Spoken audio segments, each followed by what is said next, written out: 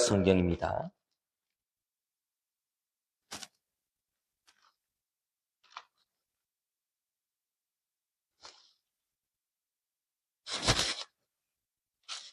제가 가진 성경으로는 750페이지입니다. 에스더 1장 1절에서 12절까지의 말씀을 한 절 한 절 나누어 읽도록 하겠습니다. 1절입니다. 이 일은 아하수에로 왕 때에 있었던 일이니 아하수에로는 인도로부터 구스까지 127지방을 다 다스리는 왕이라.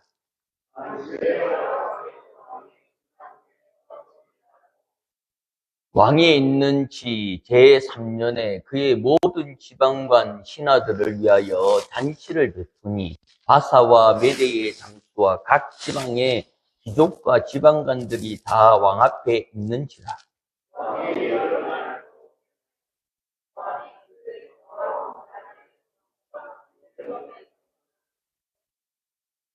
이 날에 지남에 왕이 또 도성 수산에 있는 귀천간의 백성을 위하여 왕궁 후원뜰에서 7일 동안 잔치를 베풀세.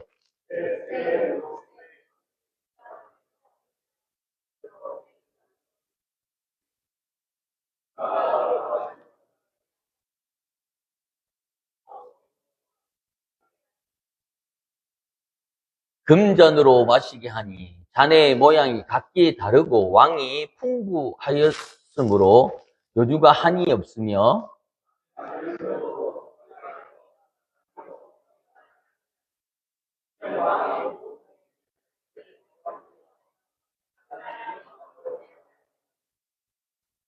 왕후 와스디도 아하수르 왕궁에서 여인들을 위하여 잔치를 베푸니라.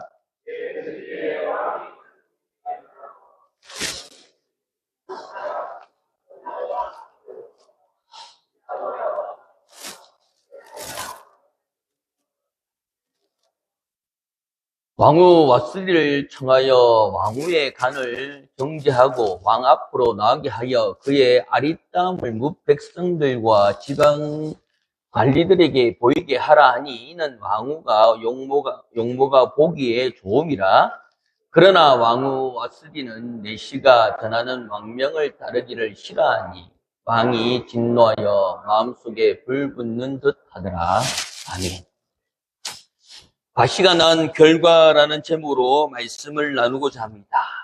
이 구약 중에는 비교적 우리에게 잘 알려져 있는 이 에스더서는 여자 주인공의 이름을 딴 제목을 붙였습니다. 이 에스더는 바벨론의 여신의 이름 이슈타르라고 하는 이름에서 연유되었다고도 보는 이들이 많은데 그 이유는 아시타르가 사랑과 전쟁의 여신이란 책에서 이 에스더의 역할과 또한 비슷한 내용들이 있더라는 겁니다. 그래서 왕에게 사랑을 받아서 왕후로 발탁되었고 유대인을 보호하기 위해서 그 전쟁에서 수산동산의 전쟁을 하루도 연장하면서 300명을 추가로 도륙하도록 전쟁의 여신으로 변신하는 일들.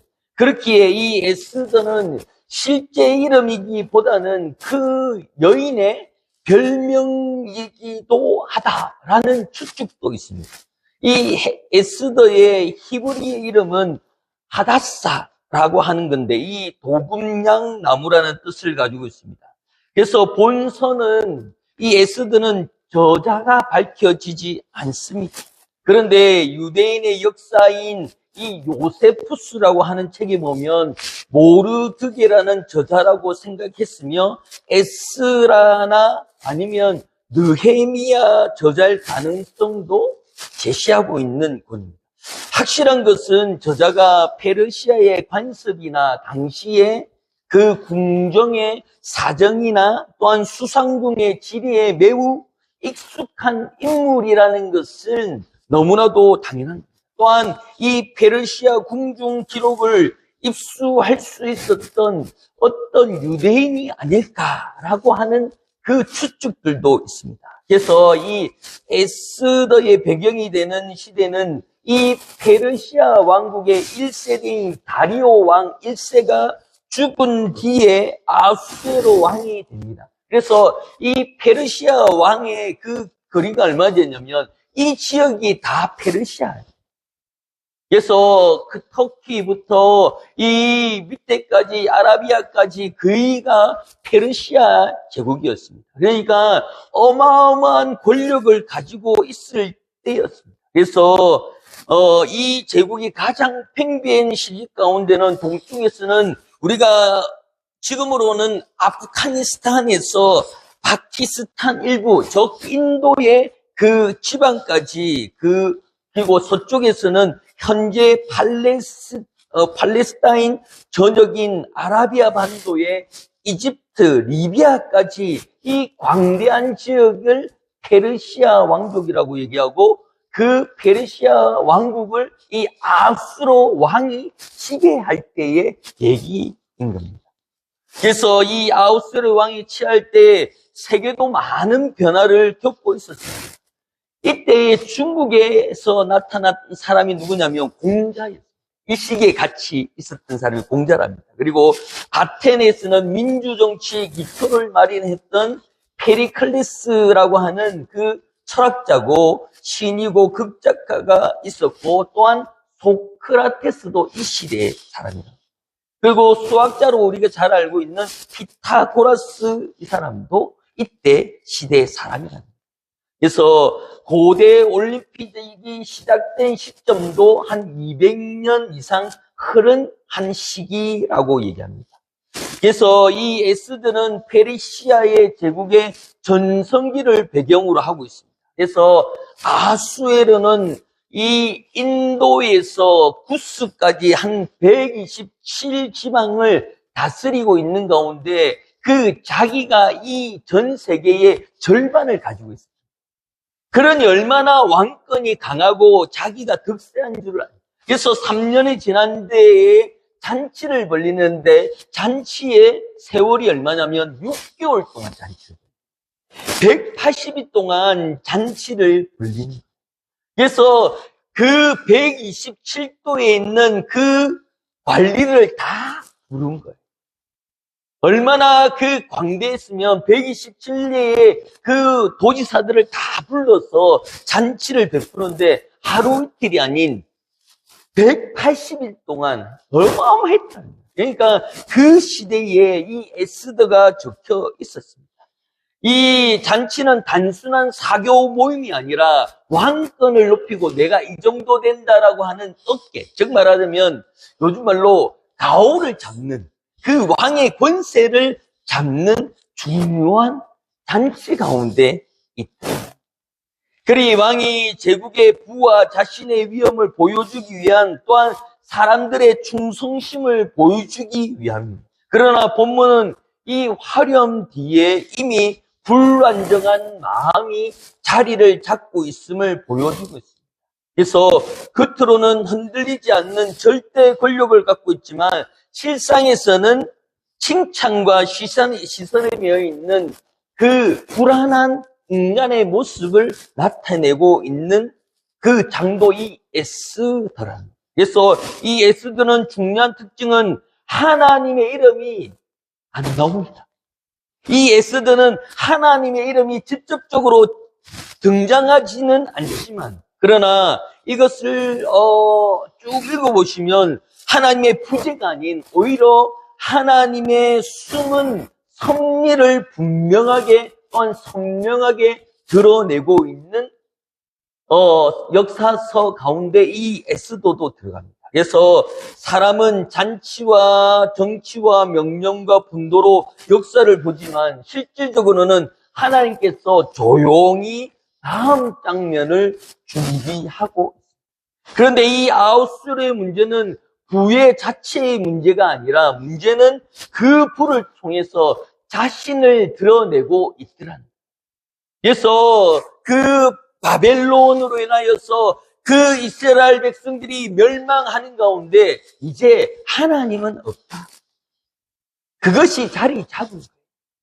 그러니 하나님의 세대가 없는, 하나님의 역사가 없는, 하나님의 그 풍부하고 또한 그 부흥하고 하는 그 세대 가운데 있더라는 거예요. 지금도 어떻습니까? 우리나라도 1200만이라고 하는 그 기독교 인구에서 이제 800만이라는 인구로 축소됐어요. 많이 떠났다라고 얘기하고, 또한 많이 예수를 부인하면서 사라졌다라고 얘기하는데, 이 시대를 보면서 믿는 사람들이 떠나가고 또한 믿는 사람들이 믿지 않고 이런 세대를 보면서 안타까워하고 있는데, 저는 다른 눈으로 봅니다. 어떤 눈으로 보냐면 하나님께서 말세의 지말이 되면 어떡합니까? 팔곡과 죽정이를 가르쳐요. 그러니 이 숫자가 줄어드는 것이 아니라 하나님께서 알곡과 죽정이를 가르고 있는 시대에 우리가 살고 있다라고 보면 되는 거예요. 그래서 숫자로서 이슬람으로도 많이 가고요, 또 불교로도 많이 가고 다른 종교로 많이 간다라고 얘기하지만 그렇죠. 하나님께서는 분명한 것은 세상 끝날까지 하나님께서 내가 너를 지켜볼 것이고, 또한 세상 끝날에 알곡과 죽정이를 모아서 알곡은 곳간에 모이고 죽정이는 꺼지지 않는 불에 던져버린다고. 그러니 그 세월의 삶들을 잃어보면서 숫자가 줄고 있고, 이제는 우리 목회자의 우스갯소리로 뭐라고 얘기했냐면, 예수님이 오셔도 개척교회는 예수님이 해도 이제 안 모이는 시대다 할 정도로 그만큼 줄어들고 있어요. 그만큼 힘들어지고 있는 가운데 있지만, 그 가운데 다시 말씀을 찾아서 또한 말씀으로 돌아오는 사람들. 그러니 그 캐나다 의회를 보니까 그 시의원들이 성경책을 들고 시의회에 들어오고, 성경책을 마음에 품고, 예전에는 그런 일이 없는데 이 세상이 불완전하고 하나님의 복음이 점점 식어가는 것을 보며 안타까워하는 영혼들이 생깁니다. 그러니 그 의회도 처음에 시작할 때 기도로 시작하고요, 또한 그 기도의 힘을 바라면서 요번에 WBC라고 하는 세계 야구 대회가 있었는데 베네수엘라가 1등했어요. 근데 이 베네수엘라입니까?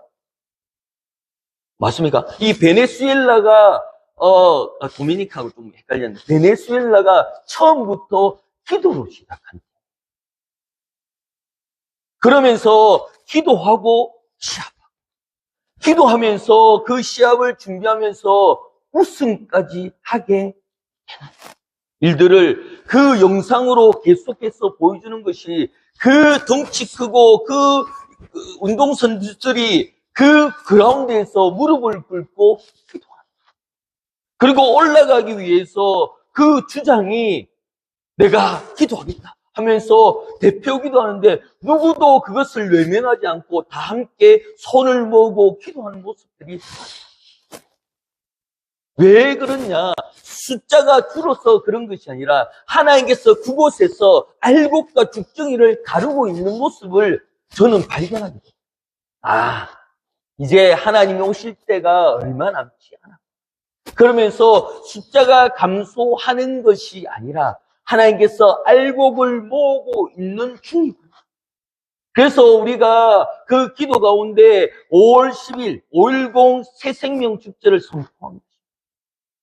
그래서 우리가 선포해야 되는 이유는, 하나님께서 너 이 사람한테 복음 안 전했잖아, 너가 이 사람한테 예수 안 전했잖아, 그것은 책망을 안 듣습니다. 그래서 제가 10명씩 이렇게 적으라고 말씀드린 것도 내 기도로, 내 작은 불꽃으로 인하여서 그 사람에게 전달됩니다. 당장의 회복이 안 되더라도 그 기간 동안 우리가 기도한 것은 하나님께서 잊지 않는다고. 이 아하수르 왕은 자기의 시대가 이 전 세계의 절반을 내가 지배하고 있다는 것을 나타내고 있지만 하나님의 그 역사와 하나님이 일하시는 일들을 생각하지 않고 있더라. 그러면서 그가 7일 마지막에 보여준 것은 왕의 품위가 아닌 왕의 허영이 보이는데 뭐냐면 왕후 와스디를 데리고 그 사람들 앞에 보여주기 위함이에요. 왜? 예쁘니까 보여주기 위함. 그런데 이 시대는 그 왕후를 그 사람들에게 보이는 것이 신뢰래요. 왕후가 나타나는 것은 철저하게 비밀로 새기는 것이 풍습 가운데 있었다. 그런데 술을 취한 그 왕이 허영으로 그 와스디를 부른 거예요.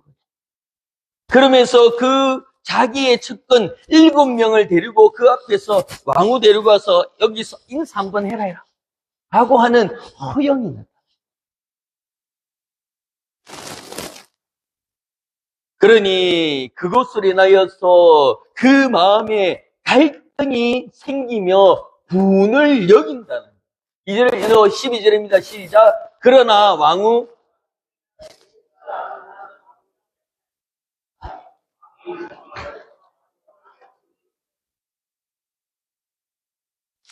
이게 사건의 불씨가 되는 겁니다. 왕후를 부를 필요가 없는 거예요. 그런데 자신의 권세와 자신의 능력과 자신의 명령으로 하여서 127도에 있는 그 도지사들이 내 앞에 머리를 숙이며 그 왔던 부분들 6개월 동안 잔치를 했던 이 부분에 취해서 사건의 빌미를 만들게 되는 겁니다. 그래서 에스더 1장은 단지 술에 취한 왕이 실수한 것이 아니라 도덕적인 교훈으로 끝나지 않는 이 본문은 인간의 권력의 한계와 하나님의 섭리의 큰 주제를 드러내고 있습니다. 그래서 아하수에로 그 제국의 왕이지만 자기 분노를 다스리지 못한 일들을 보게 세상을 다스린 듯 보이지만 자신의 감정에 지배되어 가는 모습들을 보게 됩니다. 이것이 죄인의 실상이라는 거예요. 우리 삶에서 평안함이 있으면 하나님 평안함을 주시옵소서라고 했지만 그 가운데 평안함을 두고 있는 가운데 기도 제목을 잃어버리는 거예요. 내가 이제 기도할 것이 없어지는 거예요. 그러니 기도의 시간과 기도해야 되는 양과 기도해야 되는 일들을 점점 줄여 나갈 수밖에 없는 거예요. 그런데 왜 나한테는 이런 어려움이 있고 나한테 왜 이런 불리함이 있고 이런 시험이 있느냐라는 것은 하나님의 기도의 사인일 수도 있는 거예요. 그러니 잠잠히 내려놓고 하나님께 기도할 수 있는 그 시간 24시간 중에 1시간이라도 투자하지 않는 그러니 그 이승미 권사님이 하신 얘기가 너무나 마음에 와닿는 것이 아이들이 공부가 부족하면 과외를 시키고 학원을 보내는데 그 성경의 부족함을 두고 왜 성경 공부도 안 시키고 왜 수련회도 안 보내고 하느냐. 저도 중고등부를 했지만 수련회 가자고 하면 사정했습니다. 제발. 그래서 방학 땡 시작하면 바로 수련을 하는 이유가 방학 땡 시작하면 일주일간은 학원이 쉬어요. 그래서 그 전략을 가지고 부서하는 그 부서장들이 그것을 핑계 못 대서 학원 때문에 안 되고 학원 방학이 다 알고 그리고 다 전화를 해봐요. 학원에 몇 시에 그리고 학교마다 전화를 해서 방학이 언젠지를 다 물어봅니다. 그래서 그 방학이 겹치고 방학이 이렇게 딱 그 교집합이 되는 시간들을 수련을 잡아요. 얼마나 치밀하게 준비한지 몰라. 그런데 그 술이라도 안 가려고 어떻게든 빠지는 거야. 그러면 그 집사님이 애 보내야 됩니다. 아니, 대우 중징해야 되고 공부 준비해. 여러 가지 어려움이 있어요. 그러니 말씀과 또한 그 공부의 비중들을 이렇게 따져가는 겁니다. 이 세상에 그 믿는 사람들이 점점 줄어들고 또한 불교가 올라가고 천주교가 올라가고 그 기독교는 저 밑바닥에서 0. 몇 %의 그 퍼센테이지로 성장했다라고 하는 그런 것을 보면 야, 큰일 났다 라는 것이 아니라 우리는 주님이 오실 날이 얼마 남지 않았다는 것을 우리가 체크하고 우리가 느끼고 우리가 그것을 발견해야 됩니다.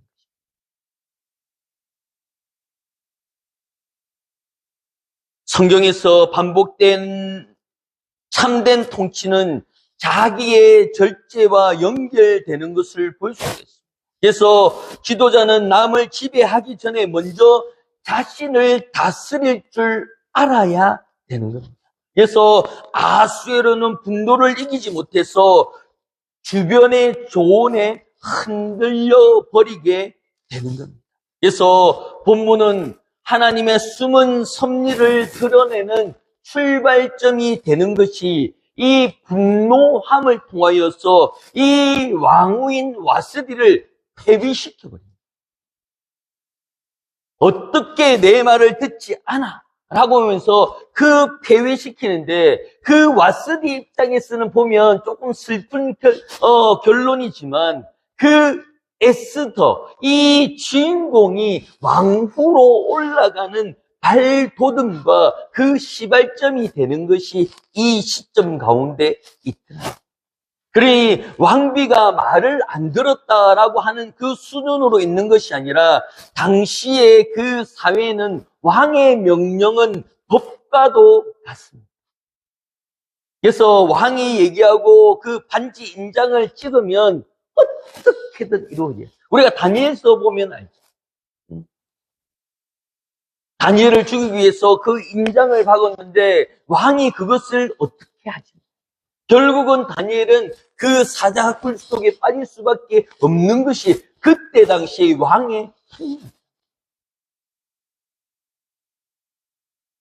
그러나 우리가 그 왕의 시선으로 바라보는 것이 아니라 왕의 입장에서 바라보는 것이 아니라 그것을 뛰어넘을 수 있는 하나님의 계획들을 우리가 발견해야 될 줄 있습니다.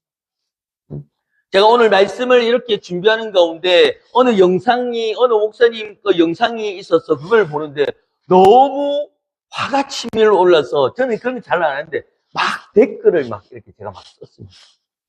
어떤 내용이냐면 그 목사님께서 자기의 그 감정은 이렇습니다. 교회가 잘 안 되고 그리고 그 본인이 그 먹고 살 기술이 없다 보니까 그 야간 경비를 써요. 사모님도 일을 하고. 그런데 기술이 없다 보니까 야간 경비로 해서 100몇만 원을 받아서 생활이 안 되더라고요. 그래서 밤낮으로 일을 해요. 근데 정말 죽을 것 같았는데 그것을 3년 동안 하셨어요. 교인도 없고 교회도 잘 안 돼요. 그런데 어느 성도님께서 유튜브 한번 해보세요 해가지고 그 목사님 유튜브에 있는데 유튜브가 대박이 났대요. 그래서 지금은 이제 목회를 잘 하신다라고 얘기하시면서 자기의 간증을 얘기했는데 그까지는 괜찮은데 그분이 하시는 얘기가 자기도 치킨을 시켜서 먹는데 사이다하고 먹으니까 별로 맛이 없대요. 그럼 뭐하고 먹어야 됩니까? 뭐하고 먹어야 됩니까? 치매가 안 나네. 사이다로 먹으니까 자기가 먹으니까 별로 맛이 없더래. 근데 치매하니까 그 맥주하고 먹으니까 맛있더래요. 그래서 가끔씩 드신대요. 그러면서 하는 얘기가 그게 예수 믿는 거하고 무슨 상관이냐 이렇게 얘기해요. 가끔씩 술을 먹는다고 해서 예수님은 나와 함께 하지 않는 건 아니잖아. 이렇게 얘기하는데 너무 저보다 한창 위에 선배 목사님 것 같은데 너무 열불이 나는 거예요. 왜 열불이 나냐면 그 목사님이 그렇게 얘기를 하면 밑에 있는 후배들은 어떻게 하라는 거예요. 제가 담임이 이제 1년 넘은 그래서 병아리가 돼서 그런 여러 가지 설교를 참가하고 있는 가운데 가끔씩 나는 치매 간다고. 그게 저에게는 용납이 안 돼요. 그러면서 저는 그걸 잘 안 하는데 너무 죄송합니다. 눈이 확 돌아가지고 자판을 막 미친 듯이 저는 이제 빨리 잘 못 치는데 빡 치면서 아마 500자, 600자씩 썼나 봐. 목사님, 그러면 식당에서 예배 드리고 밥 먹으면서 반주해도 되겠네요. 예배 드리고 그 현관 앞에서 뻐꾸뻐꾸 하면서 이거하고 예수님하고 무슨 상관이냐 하면서 교회가 그래도 됩니까? 그 치맥하고 율법에 얽매이지 말라라고 하면서 오해하지 말라. 그래서 목사님 오해하게 만들어놨고 오해하지 말라니 하면서 막 댓글을 적었는데 이제 또 가면 이제 또 이제 밑에 코멘트가 막 달리겠죠. 너무 화가 나. 아니 하나님의 복음을 가지고 그 성경에서 그 수를 쳐다보지도 말고 빛깔도 보지 말라고 하는 가운데 담배는 없잖아. 이거는 이해가 돼요. 이해가 돼요. 그런데 술은 분명하게 성경에서 안 된다고 얘기하는데 치맥 먹는 게 무슨 율법에 얽매이지 말고 그거하고 예수님하고 무슨 상관이냐. 술 먹어도 예수 잘 믿으면 되고 가끔씩 마시세요. 이렇게 얘기하는데 뭐 선한 분노가 아니고 그냥 분노였어요. 제 옛 모습이 확 올라오는. 그래서 집에 아무도 없는데 막 진짜 막 욕이 막 나와요. 막 찾아가고 싶고. 그런데 그 목사님은 할 때 잘 된다고 얘기하시는데 그런 얘기를 하시죠. 지금 세상이 율법을 얘기를 하라는데 본인이 치맥하고 그 술하고 무슨 상관이 있냐. 율법에 얽매이지 마라. 하나님을 믿는 것이 우선이다라고 얘기하는 가운데 그 율법을 만들고 그 율법에 부딪히고 율법에 자빠지면서 율법에 대해서 내가 양심의 가책을 입으면서 그에 대해서 안 된다라고 돌아서야 되는 그 율법을 보면서 괜찮다. 그거는 그냥 없다 생각해라. 그게 말이 돼.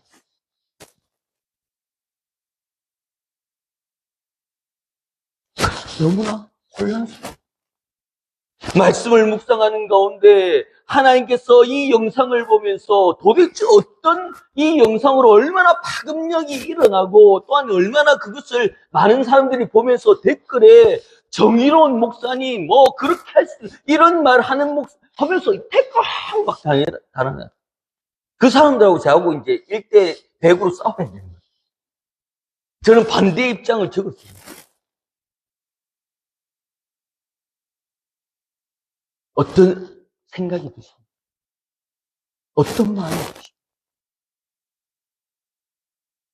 우리의 삶이 평안하고 평탄하면 그것이 하나님의 은혜인 것처럼 하지만 기도가 빠지면 그 평안함이 마귀가 주는 일들이다. 그 평안함으로 그 만족함으로 과시에서 낳는 결과로 인하여서 내가 뜻하지 못하는 방향으로 가버리는 거예요. 그러니 히브리서에 말씀하시는 것이 뭐냐? 시험이 없으면 사생자고 구하라는 거예요. 내가 평안하면 하나님이 버렸다라고 할 수 있을 만큼의 어려운 시대 가운데 살고 있는 가운데 있습니다.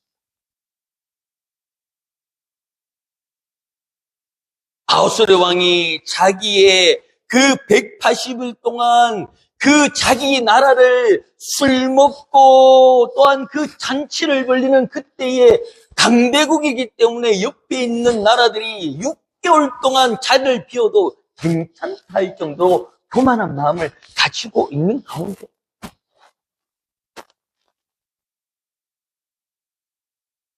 우리 태백도 어떻습니까? 13만에서 3만으로 어려움을 겪고 있는 가운데 안 된다, 어렵다 하지만 우리는 하나님께서 주신 마음으로 5월 10일 날 새 생명을 축제를 선포한 가운데 있습니다.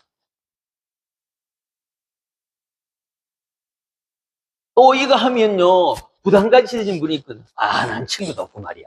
데려올 사람도 없고 말이야. 이렇게 할 수 있는데 우리는 이 데리고 오는 부분들에 대해 포커스가 아니고 그때까지 기도로 무장하는 그 20자가의 군병이 되어야 될 줄은 있습니다. 그것이 목적인 겁니다. 그래야 시험에 안 흔들립니다. 그래야 환난에서 안 자빠집니다. 그리고 어려움에서 안 자빠진다니까요. 온실 속에 화초처럼 오냐오냐 하고 살아가게 된답니다. 하나님의 때에 알곡과 죽정이를 가는 데에 미지근하게 있을 수밖에 없는 거예요. 그렇기 때문에 죄송한 표현이지만 성도하고 콩은 꼭 가야 된다는 거예요. 가만 놔두면 안 된다는 거예요.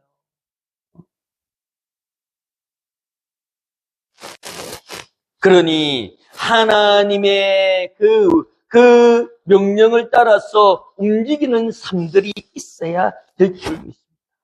어느 한 교회가 있습니다. 큰 행사를 우리같이 새생명 축제를 준비하면서 무대를 화려하게 꾸미고요, 조명을 설치하고 영상도 멋지게 만들었어요. 그리고 준비한 사람들은 행사장에 들어오면서 야, 대단하다, 야, 잘 꾸몄다 라는 얘기들이 있었다. 근데 막상 예배를 딱 시작하는 순간 전기의 문제가 딱 생깁니다. 그러면서 어떻게 해서 전기를 탁 올렸는데 불이 반만 들어오는 거예요. 전체가 들어오는 게 아니라 반만 들어오고 음량도 반만 되고 스피커도 반만 되고 영상도 반만 되고, 그래서 다 실망하고 준비하는 사람들의 얼굴이 붉어지면서 준비 열심히 했는데 라고 하면서 그 사람들에게 창피를 당하지 않을까, 비난을 받지 않을까 했는데 이상하게도 그날 이후 사람들의 기억에 남는 것은 화려한 무대가 아니었다. 오히려 진심으로 찬양하는 찬양대에 떨리는 목소리, 또한 준비자의 실수에도 불구하고 서로를 배려하면서 도운 봉사자들의 모습이 더 깊이 남아 있더랍니다.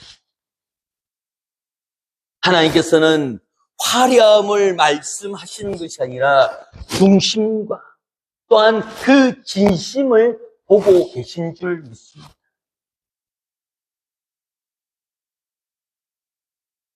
(5월 10일) 이 새생명 축제를 준비하면서 오실 때 현수막 봤죠?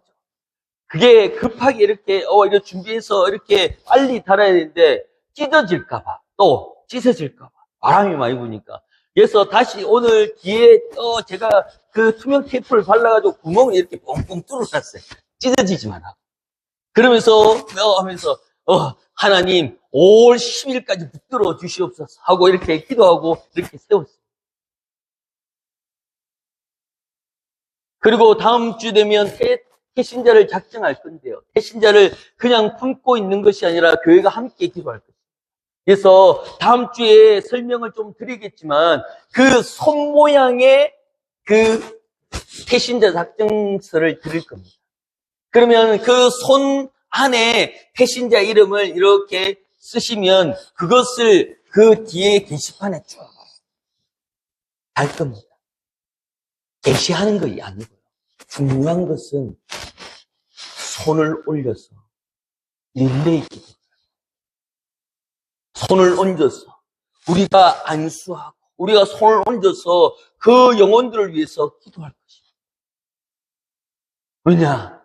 남편의 구원도 있고 아내의 구원도 있고요, 자식의 구원도 있고요, 사랑하는 이웃의 구원도 있는 그 간절함을 하나님께 보이자는 것입니다. 그리고 그 영혼들을 품는 가운데 한 명만 품는 것이 아니라 온 성도가 함께 손을 얹어서 그 자리를, 그 기도를 이어가려고 합니다. 5월 10일까지. 그래서 우리 임풍정 의사님의 솜씨가 또 필요합니다. 맛있게 또 했어. 왜 그런 일들을 준비하고, 왜 이런 부담들을 두고, 왜 이렇게 분주하게 움직이고, 또한 각 전도회마다 그 찬양과 또한 앞에 무대에 쓸 것을 준비하라고 제가 미션까지 들은 이유가 왜 이렇게 귀찮냐, 왜 이렇게 잠잠하게 없고 계속 이렇게 움직이게 하느냐라고 하지만, 가만히 있으면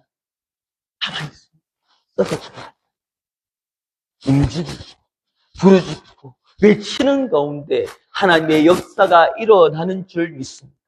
그러므로 바시에서 난 결과는 이제 그 하나님의 섭리로 인하여서 착착 이루어지는 것처럼 이제 선포했습니다.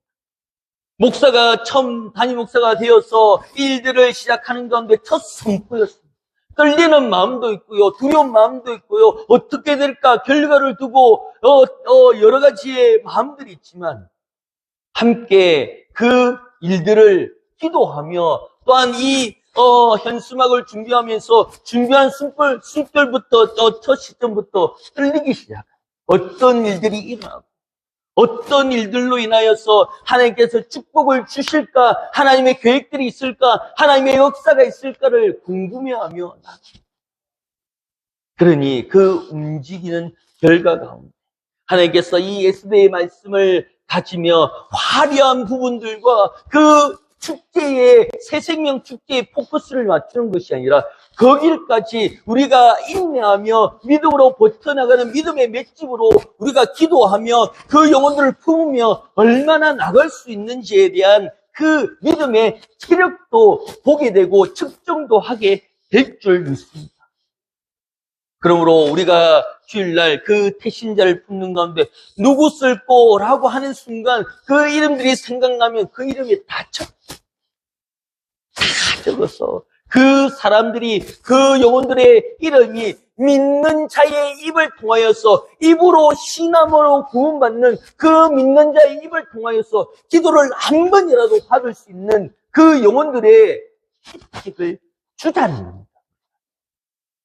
그러므로 그 역사가 어떻게 이루어 가실지는 주의 복음 안에서 주의 계획 안에 있기 때문에 그 결과는 모르겠습니다.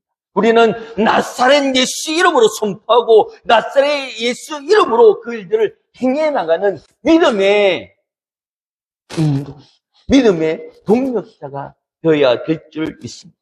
그러므로 우리가 나가는 가운데 믿는 것은 주님의 섭리, 그 섭리 안에서 이루어짐을 기억하며 담잠한 것이 좋은 것이 아니라 울퉁불퉁하고 희염과 어려움이 있는 가운데 하나님께서 사랑하신다라는 것을 잊지 말고 느끼며 돌아가는 대한 예배의 시간이 되기를 예수 이름으로 축원합니다.